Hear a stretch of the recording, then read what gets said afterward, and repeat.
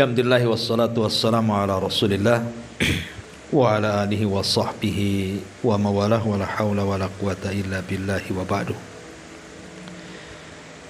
Kita lanjutkan masih membahas kitab Tauhid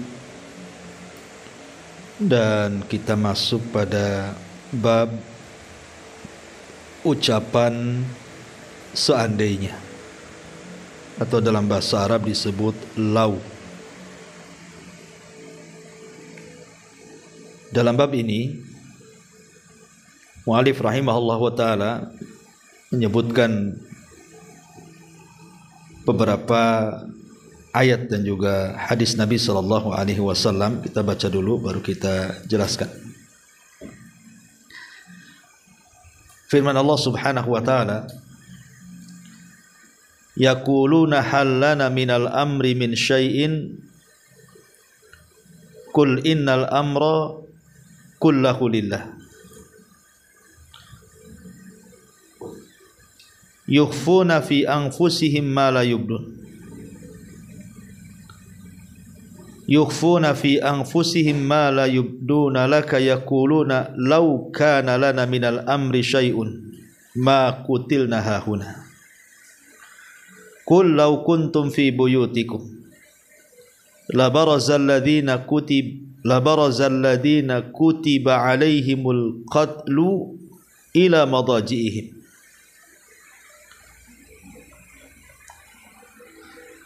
Di sini Allah Subhanahu wa taala mengatakan, mereka orang-orang munafik itu mengatakan, seandainya kita memiliki sesuatu dalam urusan ini, niscaya kita tidak akan terkalahkan dan tidak ada yang terbunuh di antara kita di sini. Katakanlah ya Muhammad, kalaupun kamu berada di rumah-rumah kamu, niscaya orang-orang yang telah ditakdirkan itu akan mati terbunuh. Katakan ya Muhammad, kalaupun kamu berada di rumahmu, niscaya orang-orang yang telah ditakdirkan akan mati terbunuh itu keluar juga ke tempat mereka terbunuh. Kemudian Allah Subhanahu wa taala mengatakan dalam surah Al-Imran-nya juga. Tadi Al-Imran 154, kemudian diulang pada Al-Imran 168. Alladzina qalu li ikhwanihim wa qa'adu law ata'una ma qutilu qul fadra'u an anfusikumul maut in kuntum shadiqin. Orang-orang yang mengatakan kepada saudara-saudaranya dan mereka takut pergi berperang, seandainya mereka mengikuti kita tentulah mereka sudah terbunuh.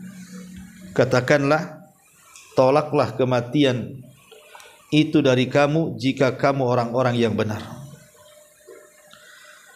Kemudian Nabi SAW mengatakan dalam hadis yang dikeluarkan Imam Muslim dari Abi Hurairah radhiyallahu an, Nabi mengatakan, ihris ala ma yanfa'u wasta'in billahi wa la ta'jaz wa in asabaka syai'un fala taqul law anni fa'altu lakana kadza wa kadza walakin qul qaddarallah wa ma syaa'a fa'al fa inna law taftahu amal syaitan. Bersungguh-sungguhlah dalam mencari apa yang bermanfaat bagi hidupmu dan mohonlah pertolongan kepada Allah dalam segala urusanmu.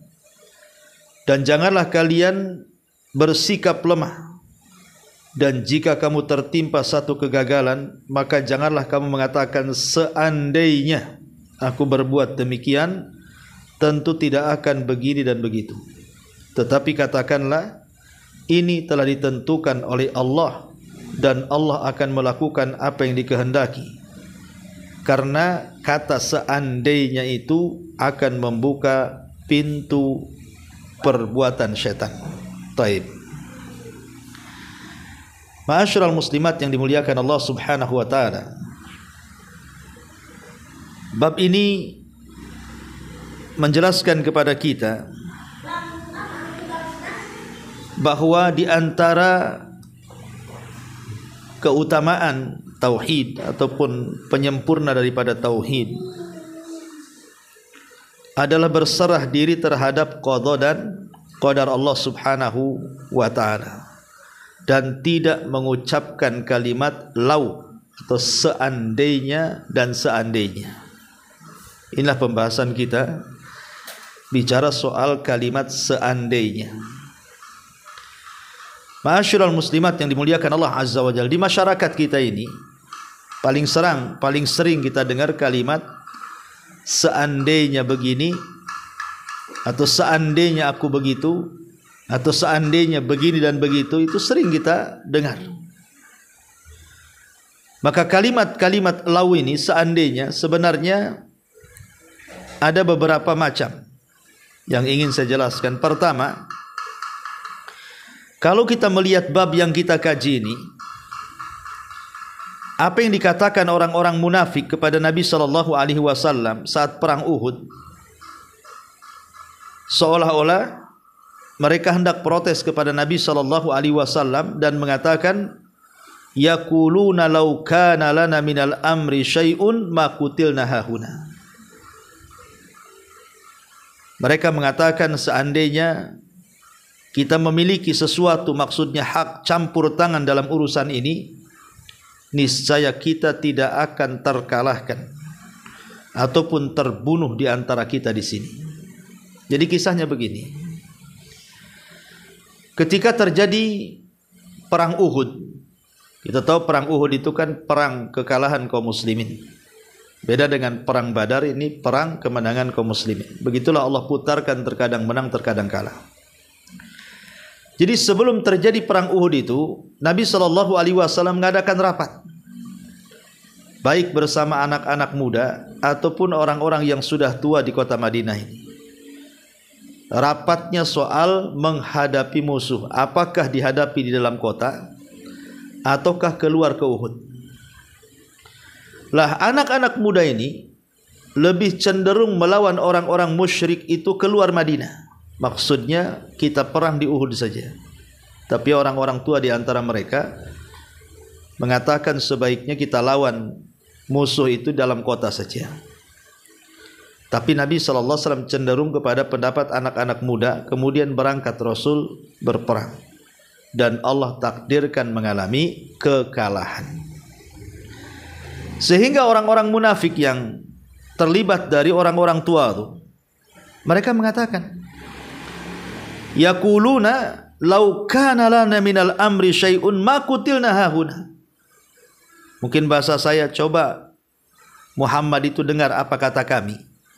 Sudah kita perang di kota saja, ngapain keluar ke Uhud? Tentu tidak ada yang meninggal. Saudara-saudara kita tidak ada yang mati di Uhud itu, kalau dia mendengar ucapan kami. Tapi karena dia tidak mendengar, akhirnya banyaklah orang mati di Uhud itu. Lah di sini orang-orang munafik mengatakan apa? Lau kana lana, seandainya kita memiliki hak campur tangan dalam berpendapat, dan Muhammad mendengarnya, tentu tidak akan terjadilah kekalahan di perang Uhud. Bahkan banyak di antara saudara-saudara kita, sampai 70 orang meninggal di perang Uhud itu. Lah, di sini kan ada kalimat seandainya. Seandainya yang seperti ini tidak boleh, hukumnya haram. Kenapa? Karena ini bentuk protes namanya kepada keputusan Nabi SAW. Masa Nabi diprotes? Kan ini sudah memang keputusan Nabi SAW soal kalah dan menang itu memang sudah takdir. Jangan kemudian memprotes syariat. Pamannya seandainya tidak ditegakkan hukum ini, tentu akan begitu. Ini yang pertama, kita singkat-singkat saja. Kemudian yang kedua, kalimat seandainya juga selain daripada bentuk protes kepada syariat dan hukumnya haram, yang kedua adalah kalimat seandainya pun itu bisa juga digunakan dalam bentuk protes terhadap takdir. Protes terhadap takdir. Karena tadi disebutkan dalam surah Al-Imran ayat 156, ya ayyuhalladzina amanu la takunu kalladzina kafaru wa qalu li ikhwanihim idza dharabu fil ardi aw kanu ghazalau kanu indana ma matu wa ma qutilu. Wahai orang-orang yang beriman, wahai orang-orang yang beriman, janganlah kamu seperti orang-orang kafir, maksudnya orang-orang munafik itu, yang mengatakan kepada saudara-saudara mereka apabila mereka mengadakan perjalanan di muka bumi atau mereka berperang, kalau mereka tetap bersama kami di sini, tentu mereka tidak akan mati terbunuh. Jadi orang-orang munafik itu, mereka mengatakan, kalau seandainya cobalah mereka tidak keluar dari kota Madinah, tidak ada yang mati. Ini kan kalimat seandainya, ini dalam bentuk protes terhadap takdir ini tidak boleh. Karena kematian itu sesuatu yang pasti gitu ya. Tidak mungkin kematian itu tidak pasti. Kematian itu pasti. Adapun sebab kematian, itulah yang belum pasti. Ada terkadang sebabnya karena jatuh, sebabnya karena sakit, sebabnya karena bahkan orang sehat aja bisa mati, ketabrak gitu ya. Jadi kematian itu satu, tapi sebabnya yang banyak. Maka kemudian ucapan orang-orang munafik ini, kalau seandainya mereka tidak pergi tentu tidak akan mati. Maka ini kalimat seandainya dalam ayat ini menunjukkan protes terhadap takdir. Tidak boleh. Contohnya ibu mengatakan, seandainya saya tidak pergi, tentu saya tidak akan celaka. Coba seandainya tadi anak saya suruh untuk membeli sesuatu di warung, tentu tidak akan ketabrak. Dan begitu seterusnya. Ya. Jadi ini yang kedua, kalimat lau atau seandainya itu protes terhadap takdir Allah Subhanahu wa taala. Kemudian yang ketiga, ungkapan seandainya pun biasanya digunakan untuk sebuah ratapan, atau boleh mungkin dalam bentuk penyesalan. Ya. Dan inilah yang dituangkan dalam hadis Abu Hurairah tadi, di mana Nabi SAW mengatakan, kalau seandainya aku mengerjakan ini tentu akan hasilnya seperti itu. Kalau aku tidak seperti ini tentu tidak akan seperti itu. Maka andai-andai yang seperti ini itu tidak boleh.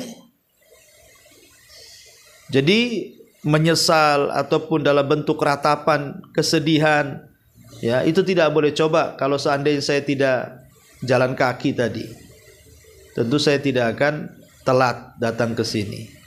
Coba kalau seandainya saya tadi jalannya ke arah sana, tidak ke arah ke sini, kan tentu tidak akan masuk lubang. Kan itu namanya menyesal. Ya ini kurang-kurang lebih dengan nolak takdir lah. Nah, tapi kan di sini ada penyesalan gitu ya. Ini yang ketiga. Yang keempat, biasanya kalimat lau ini dalam rangka kalau tadi protes terhadap takdir, bahwa seolah-olah kalau mereka tidak keluar mereka tidak akan mati. Ini yang keempat ini agak mirip-mirip, berdalil dengan dalam rangka menolak takdir. Seperti umpamanya, lau sya Allah ma asyrakna wala abauna wala haramna min syai'in. Seandainya Allah menghendaki, niscaya kami dan bapak-bapak kami tidak akan melakukan kesyirikan. Dan ini di masyarakat itu biasanya, saya pernah mendengar kalimat orang-orang LGBT itu, orang-orang LGBT, homoseksual dan yang semacamnya. Kalau Allah mau gitu ya, tentu Allah akan menyembuhkan penyakit saya. Ini kan sudah takdir. Mereka mengatakan seperti itu. Seandainya Allah berkehendak, tentu kami tidak seperti ini. Dan kami juga tidak menghendaki seperti ini sebenarnya. Ini kan semua kehendak Allah.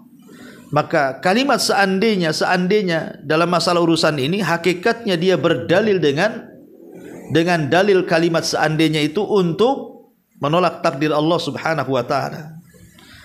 Dan yang kelima, terkadang digunakan untuk tamanni, angan-angan. Seperti umpamanya kita punya tetangga orang kaya, Orang kaya itu baik, suka haji, suka umroh, suka sedekah. Kemudian kita mengatakan, seandainya aku seperti dia, seandainya aku seperti dia, tentu aku pun akan melakukan hal yang sama. Lah kalau yang kelima ini baik, tidak ada masalah nih. Kalau seandainya menggunakan kalimat seandainya dalam rangka berangan-angan untuk kebaikan, itu enggak apa-apa, dan itu masuk dalam hadis Nabi SAW bahwa dunia ini dihuni oleh 4 kelompok. Satu, orang yang diberikan harta dan ilmu, dengan ilmunya dia gunakan harta itu sebaik mungkin, maka orang ini paling tinggi derajatnya di hadapan Allah. Kemudian orang yang tidak diberikan harta tapi diberikan ilmu, dan orang yang berilmu ini mengatakan, seandainya aku diberikan harta seperti dia, maka aku pun akan melakukan hal yang sama. Nah, ini namanya angan-angan yang baik, bahkan dapat pahala. Ya kalau seandainya ini dilakukan dalam rangka untuk melakukan kebaikan. Atau kalimat seandainya juga terkadang hanya untuk sekedar memberikan sebuah habar. Ya, memberikan sebuah habar seperti Nabi SAW mengatakan, jika aku bisa mengulang kembali apa yang telah lewat, niscaya tidak kutuntun binatang korban ini. Artinya ketika Nabi haji qiran, tiba-tiba kemudian Rasul menginginkan tamattu, tapi kan sudah bawa haji masalahnya. Maka dia mengatakan, cobalah seandainya waktu itu bisa diulang kembali, tentu aku akan memilih haji qiran. Itu ucapan Nabi gitu ya. Maka ini pun bisa kita gunakan. Ya, coba seandainya kemarin saya tidak malas-malas belajar, tentu saya pun bisa pintar. Ya, karena melihat kawan-kawan yang mungkin sesama belajarnya, mereka sudah jadi ustaz, jadi ustazah, dia pula tak jadi ustaz, tak jadi ustazah, masih jadi murid saja. Boleh jadi ketika dulu dia belajar kurang baik, setelah kemudian lama melihat kawan-kawannya sukses, dia mengatakan, coba kalau aku bisa mengulang waktu, seandainya aku bisa mengulang waktu, tentu aku bisa seperti mereka. Nah, ini seandainya yang seperti ini tidak ada masalah. Ya, itu hanya menghabarkan saja. Ya.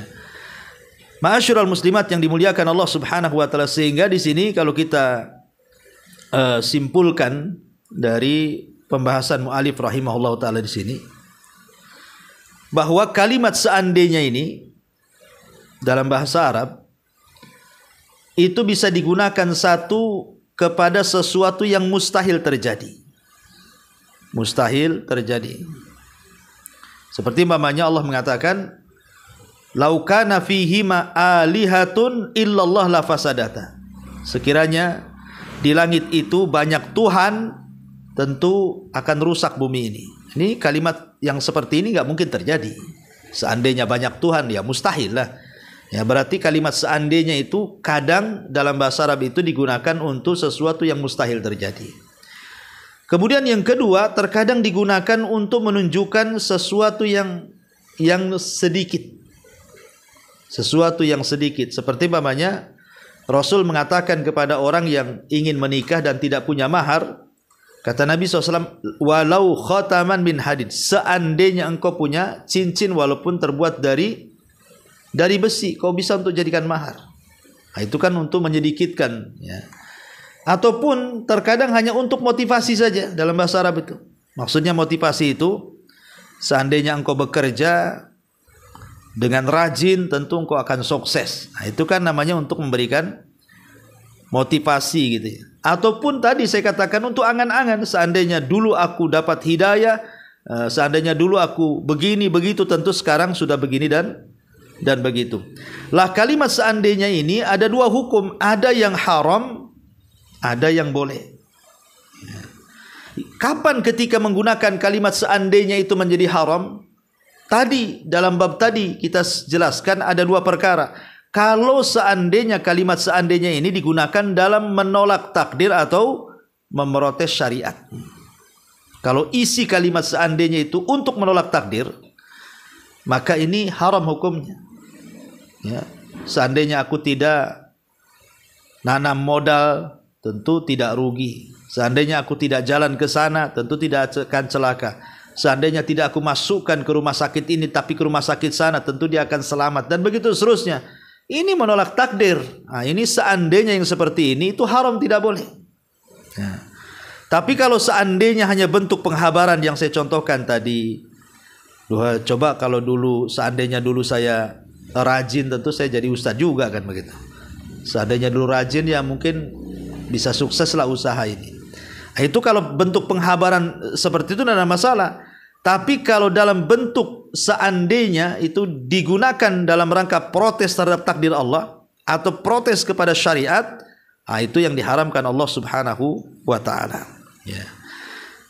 Ma'asyiral muslimat yang dimuliakan Allah Azza wa Jalla, baik kita akan kembangkan, kita bahas ayat yang kita kaji di sini. Ya. Di sini Allah Subhanahu wa taala mengatakan, firman Allah Subhanahu wa taala, yaquluna hal lana minal amri min syai'in. Mereka orang-orang munafik mengatakan, seandainya kita memiliki sesuatu hak campur tangan dalam urusan ini, yaquluna hal lana minal amri min syai', qul innal amra kullahu lillah. Katakan bahwa urusan itu semuanya adalah milik Allah Subhanahu wa taala. Yukhfuna fi anfusihim ma la yubduna lak. Yukhfuna fi anfusihim ma la yubduna lak. Mereka menyembunyikan dalam diri mereka apa yang tidak tampak pada dirimu. Kemudian mereka mengatakan, seandainya kami memiliki hak campur tangan, makutil nahahuna, tentu kami tidak akan terbunuh di sini. Kalimat orang-orang munafik, seandainya kami ikut memberikan ide agar kaum muslimin itu tidak keluar dari kota Madinah, tentu sahabat ini tidak akan mati dibunuh atau terbunuh di perang Uhud. Kalimat seperti ini bahaya. Ini namanya menolak takdir Allah Subhanahu wa taala. Khalid bin Walid radhiyallahu an, itu disebutkan dalam sejarahnya, Bu, Khalid bin Walid itu tidak ada satu luka di badan kecuali satu pun tempat di badan Khalid itu kecuali ada luka bekas senjata. Bahkan Khalid bin Walid ini berangan-angan kalau dia ingin mati di medan perang. Itu keinginan Khalid bin Walid itu. Cita-cita dia itu ingin mati di peperangan. Tetapi apa yang terjadi? Allah takdirkan Khalid bin Walid tidak mati dalam peperangan, justru mati dalam pembaringan. Itu pula yang membuat sedih Khalid ibn Walid. Ya.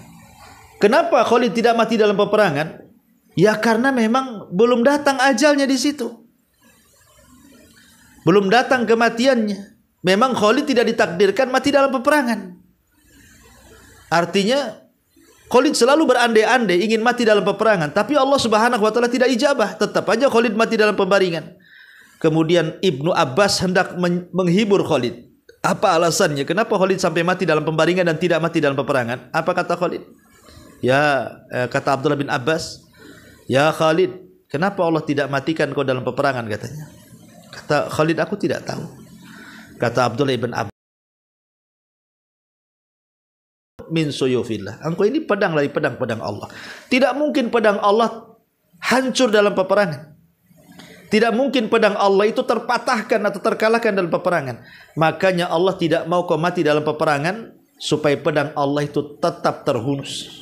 Dan Allah berkehendak kau mati dalam pembaringan.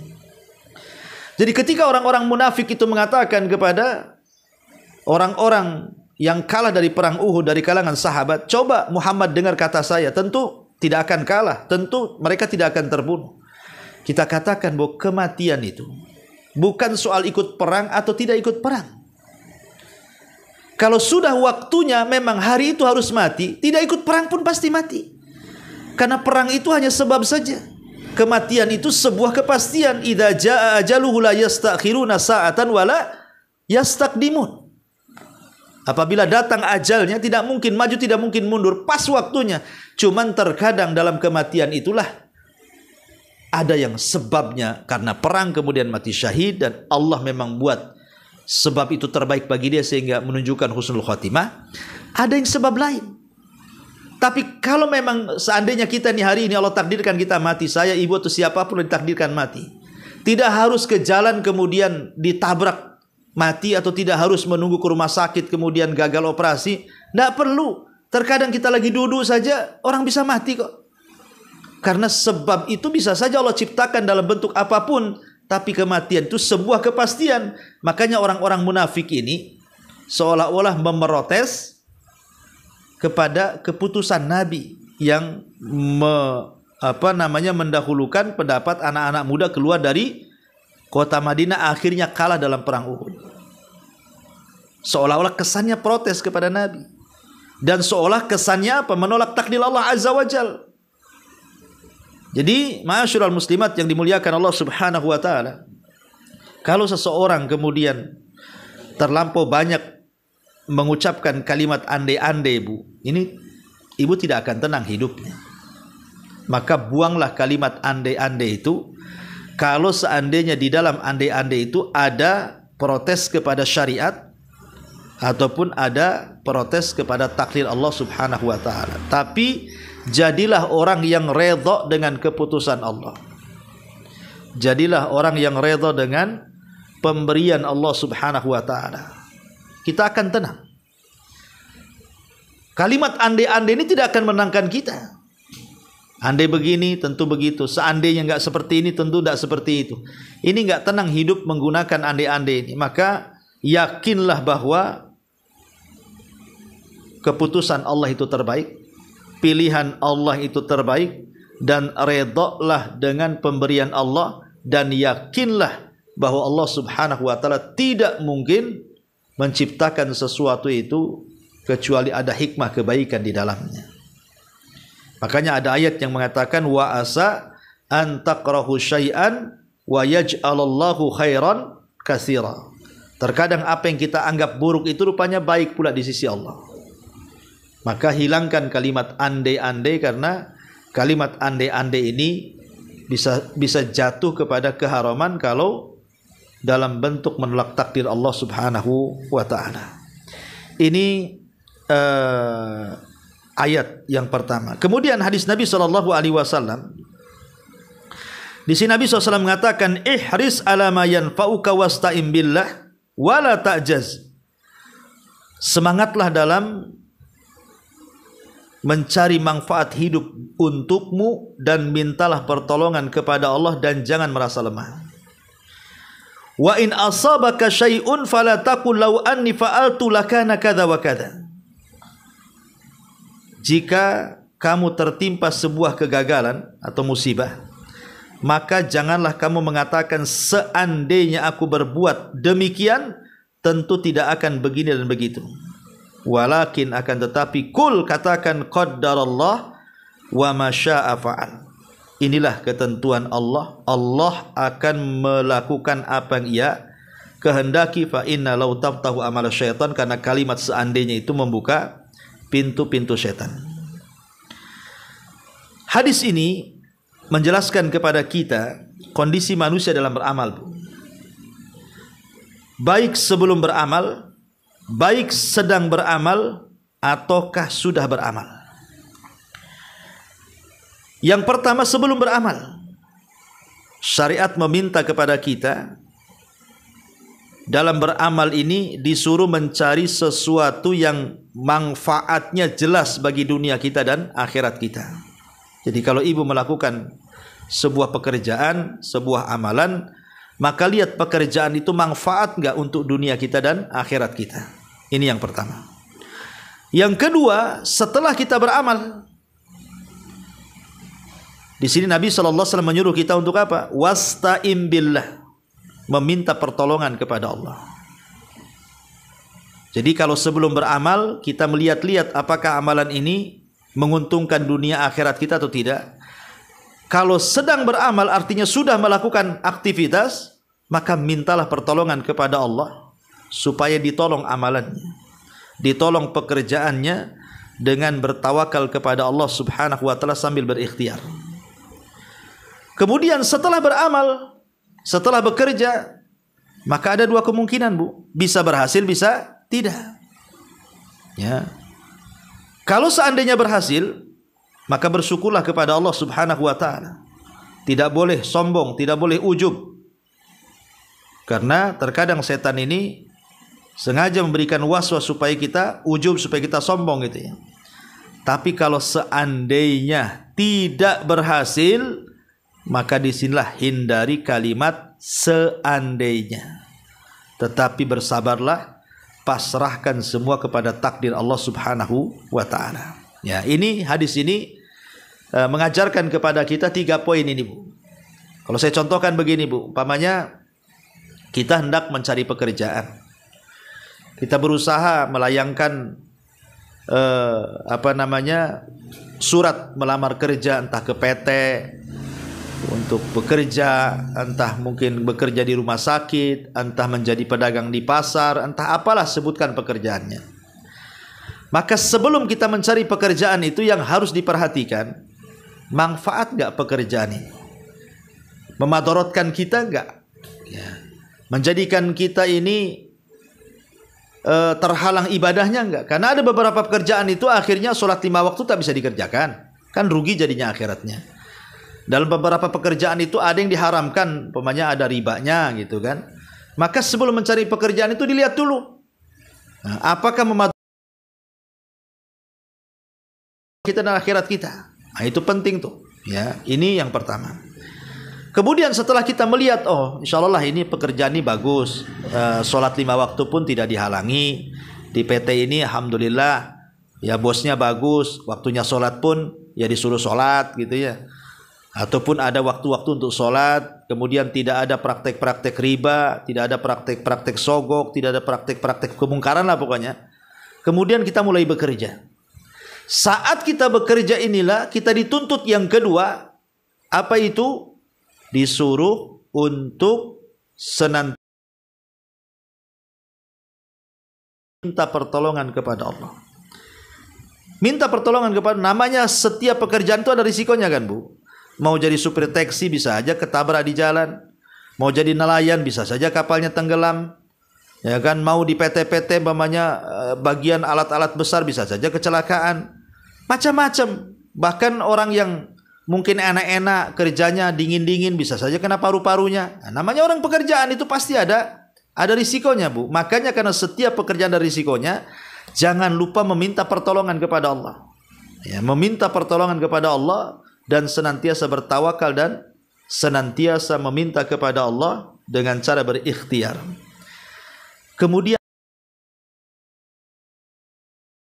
pasti ada berhasil, ada tidak. Terkadang karena bagus akhirnya bos naikkan kita jabatan. Terkadang kalau kita jelek di PHK pula kita. Atau di jalan terkadang lagi mujur, ya jadi supir taksi, Masya Allah satu hari yang pelanggannya banyak sekali, yang biasa dapat 200-300 dapat 5 juta. Atau terkadang sama sekali nggak ada penumpang, nggak dapat apa-apa, habis bensin saja. Ya namanya pekerjaan. Kalau seandainya berhasil, maka bersyukur. Kalau seandainya berhasil, bersyukur kepada Allah. Tapi kalau tidak berhasil, maka bersabar. Jangan berandai-andai. Ah, tahu sepi kayak gini, ngapain saya keluar? Nah, kebanyakan dia tukang ojek atau mungkin tukang taksi ngomong begitu.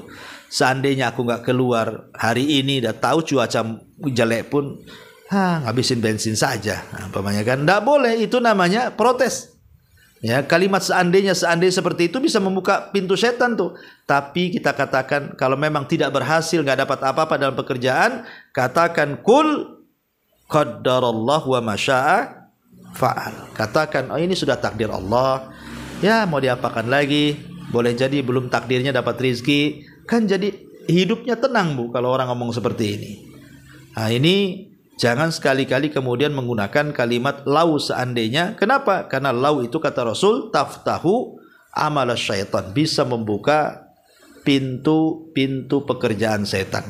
Wallahu a'lam bishawab. Ini diantara bab ke-65 tentang bahaya menggunakan kalimat lau dalam tauhid kepada Allah Azza wa Jalla.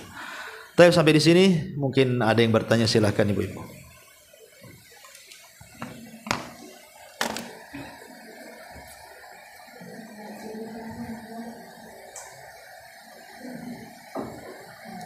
Kata si ibu.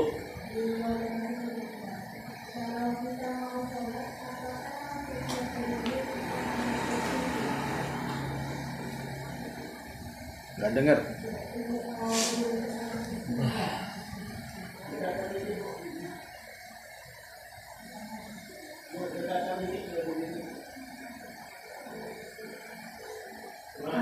Apakah setiap kita mau berwudu Ustaz harus bersuci atau harus tidak? Setiap mau berwudu Iya Ustaz. harus Harus bersuci beristinja Ustaz. Ibu habis kencing atau habis buang hajat? Ya kalau habis buang hajat ya cebok lah.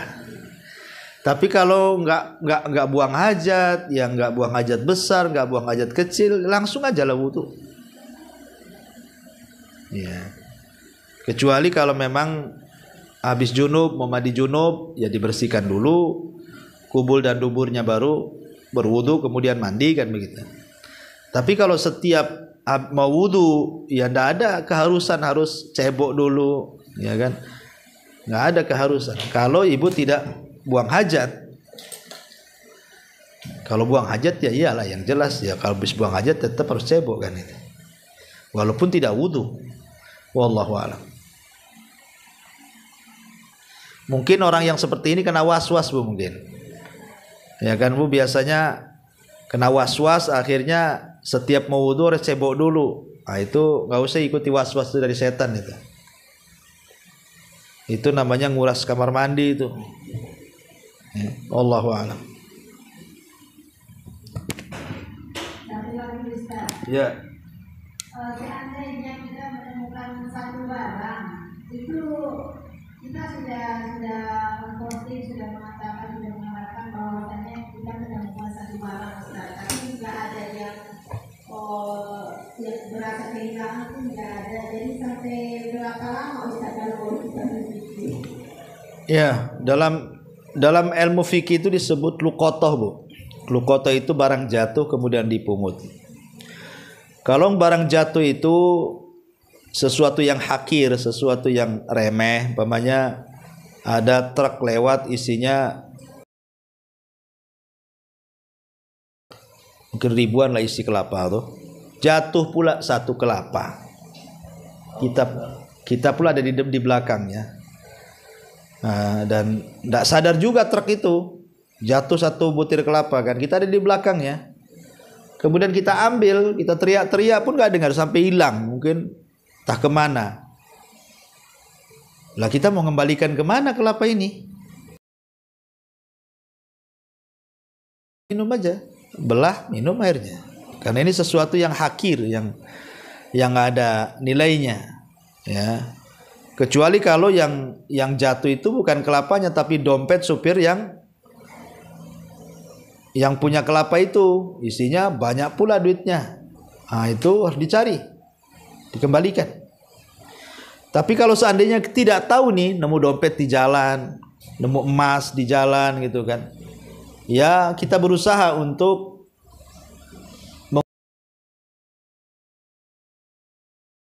ada yang mengatakan sampai 1 tahun jaraknya.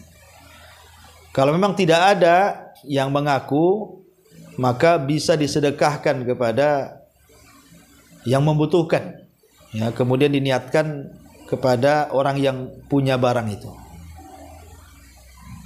Ya caranya seperti itu. Boleh nggak digunakan? Seandainya kita gunakan, sebenarnya mengatakan boleh, tetapi kalau seandainya nanti yang memilikinya itu datang mengklaim, maka harus diganti. Ya, tetapi biarkan barang itu setahun dulu, baru kemudian kita gunakan. Wallahu a'lam.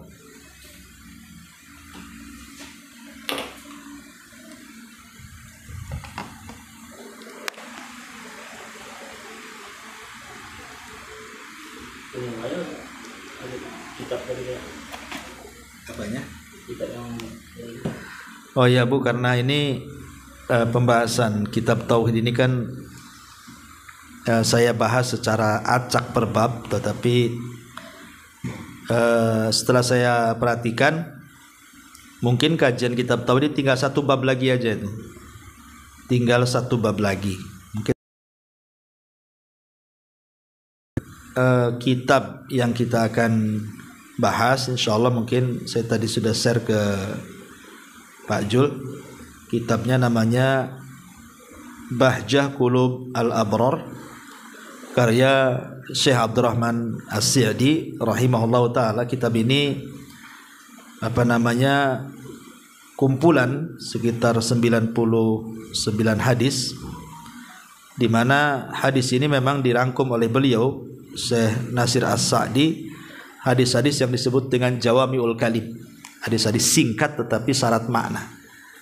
Ya, 99 kumpulan hadis yang termasuk dari Jawami'ul Kalim. Nama kitabnya Bahjah Qulubil Abrar, yang mengkarang ngarang kitab Syekh Nasir As-Sa'di, ya. Pengarang kitab Tafsir Kalimur Rahman. Nah, kitab ini tipis, tidak tebal sih, dan sudah diterjemahkan. Nanti bisa dipesan lah, kalau bisa dari sekarang, kan biasanya agak lama datangnya. Ya, insyaallah mungkin setelah kitab tauhid selesai satu pertemuan lagi, kita akan mengkaji kitab 99 hadis yang termasuk makna. Wallahu a'lam. Subhanaka wa bihamdika asyhadu an la ilaha illa anta astaghfiruka wa atubu ilaik. Allahu ta'ala. Assalamualaikum warahmatullahi wabarakatuh.